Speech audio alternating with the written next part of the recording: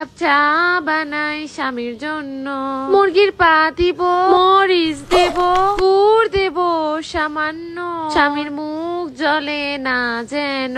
এক কাপ চা বানাই স্বামীর জন্য। এক কাপ খাঁটি দুধ আমি এটার মধ্যে দিয়ে দিচ্ছি। দুধ দিতে হবে। এখন আমাদের লাগবে মুরগির পা। মুরগির পাটা সেদ্ধ হতে একটু সময় লাগবে। 2-1 মিনিট জাল করার পর আস্ত একটা গুড় দিয়ে দিচ্ছি, এতে করে ফ্লেভারটা অনেক ভালো আসবে। এখন 10-12টা কাঁচামরিচ আমি উপর দিক দিয়ে দিলে দেখতেই পাচ্ছেন এই পর্যায়ে চাটা কিন্তু রেডি হয়ে গিয়েছে। এক পুকুর তেলে তুমি দুধ আর চা, তারপর মুরগির ঠ্যাং, লঙ্কা গুড় দিয়ে তুমি চা বানাচ্ছ।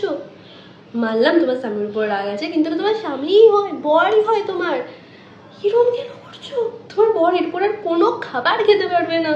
করো না দিদি। এখন আমি কাপের মধ্যে নামিয়ে নিব। যতজনের জন্য বানিয়েছি ততজনের জন্য কাপে নিয়ে নিয়েছি। 2টা কাপ পাচ্ছেন কত সুন্দর একটা রং হয়েছে। চা খেলে কিন্তু স্বামী সারা জীবন মনে থাকবে। ওই চাটা কাপে কেন ঢালছো দিদি? ওটা বেসিনে ফেলে দাও। ওটা কাপে ঢালার মতো চা নয়, ওটা বেসিনে ফেলে দাও, খুব ভালো হবে। ওই ভালো বলছি, ফেলে দাও ওটা, দিও না, এটা দিও না।